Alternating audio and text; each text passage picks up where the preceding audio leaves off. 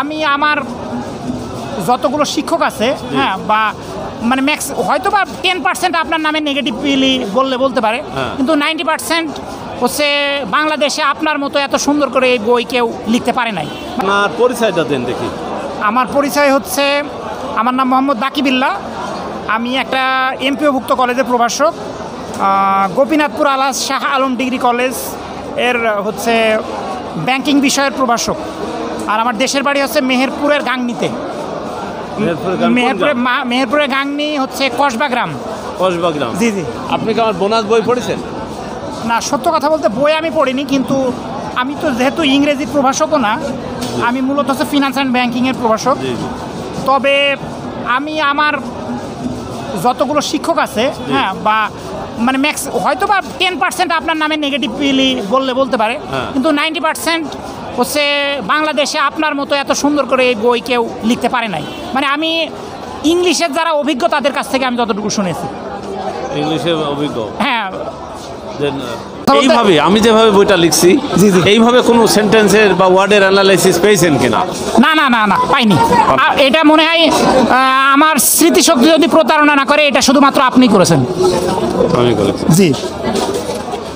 তো আমি আপনার বইটা কিনবেন। আমার এই যে বাংলা বানান যেটা আছে, বোনাস তো আপনি ভিডিও দেখছেন, আর বোনাস বাংলা হলো যে বাংলা বানান আমাদের অনেক ভুল হয়ে যায়, বাংলা বানান সংশোধন করার জন্য বোনাস বাংলা বইটা। আর এটা হলো স্পোকেন।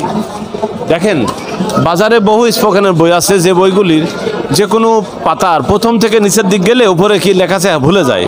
কিন্তু আমি যে দেখলাম যে মানুষের পরিচিত কি জায়গা আছে, পরিচিত কোন জিনিসটা আছে, সেই জিনিস দিয়ে আমি একটা পাতা তৈরি করলাম।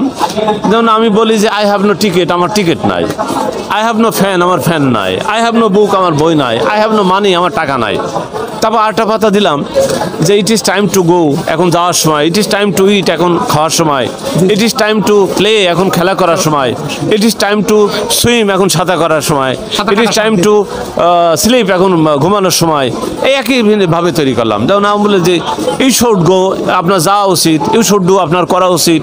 ইউ শুড, আপনি ইউ শুড দিয়ে একটা ভার্ব লাগাই দেন, যে ভার্বটা দিয়ে নির্দেশমূলক কোনো কাজ হয়। তার আমি বলি যে let him go, let me go, let them go. এই যে তাকে যেতে দেন, আমাকে যেতে দেন, এইভাবে একে পাতার পর পাতা বিভিন্ন স্টাইলে আমি করেছি। আমি স্পোকেনের বইটা দেখবেন, যে দেখবেন আমার বইটা একটা পাতার 4-5 লাইন পড়লে 13 লাইন পড়া লাগবে না, মুখ দিয়ে আপনার কথা অটোমেটিক বেরোবে। আমি যে কয়টা সেন্টেন্স দিয়ে বললাম, এটাকে আপনার ভালো লাগছে বা আপনার অন্য স্পোকেন? অবশ্যই ভালো লেগেছে, অবশ্যই ভালো লেগেছে।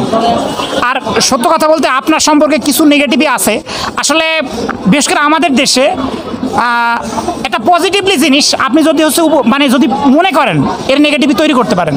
তো আপনার সম্পর্কে যদি মানুষ কোনো নেগেটিভই তৈরি করে, হয়তো বা মানে সে একটু ভাইরাল হওয়ার জন্য, আমি মনে করছি ওই 10% লোকের মধ্যে। কিন্তু আমি মনে করি যে আপনি মানে এই স্পিকিংয়ের ক্ষেত্রে আপনি যে বইটা করছেন, এটা নির্দ্বিধায় আমার সাথে মনে হয় শতভাগ মানে দেশের জন্য একটা বড় মানে হচ্ছে আশীর্বাদী বই এনেছেন বলে মনে করি আমি। আরেকটা কারণ বলি, সেই কারণটা হচ্ছে আপনি কিন্তু একটা সেলিব্রিটি। এখন আপনার সম্পর্কে একটা নেগেটিভিটি যদি কথা বলতে পারে কেউ, যদি কেউ বলে, তাহলে সে ভাইরাল হয়ে যাবে একবারেই। তো আমাদের সমাজে তো দেখেনি, সেদিন দেখলাম যে ভাইরাল হওয়ার জন্য সে হচ্ছে মলের ভিতরে হচ্ছে ডুব দিয়ে করতেছে। তো ভাইরালের জন্য অনেকে অনেক কিছু বলতে পারে। তো এটা নিয়ে আমি মনে করি আপনি কিছু মনে করবেন না, আপনি মনে করবেন সে মলমূত্রের মতো একজন লোক।